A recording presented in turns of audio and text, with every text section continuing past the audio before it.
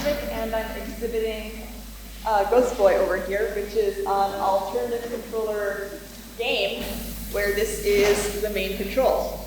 And so the idea behind this game is that Ghostboi is a ghost who is having an existential crisis in the afterlife. And the idea is that players help him overcome this crisis by twisting and contorting his earthly vestiges, aka his remains. Sorry, okay. Can everyone hear me now?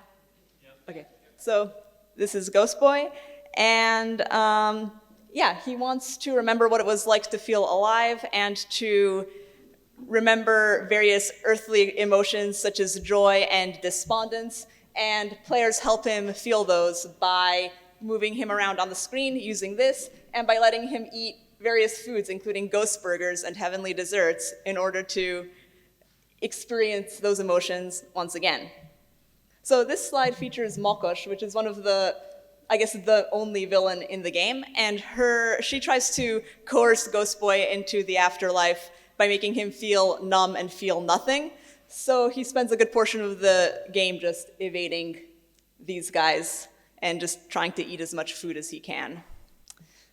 So as an alternative controller game, it's gone through a lot of iterations. So this just shows a proof of concept where I was trying to experiment with how a touch input could be used to control a character in a game. So the first one is literally just a bare wire, which people squeezed lightly, medium lightly, and very hard in order to determine where the character goes.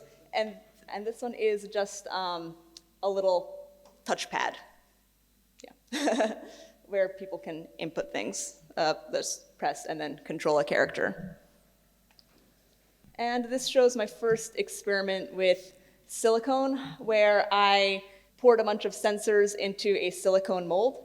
And the early version had capacitive touch in there as well. So instead of just moving the arms, people could touch things as well. And it turned out to be much harder than I thought it would for players. So eventually I removed all of that.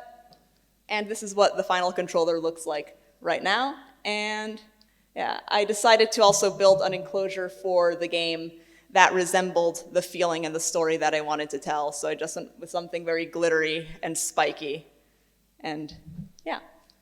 And yeah, so yeah, come play. And also I'd like to give a quick shout out to Raymond, who served as my narrative consultant during the game to just kind of bounce off ideas with the story. And that's that. Thank you very much.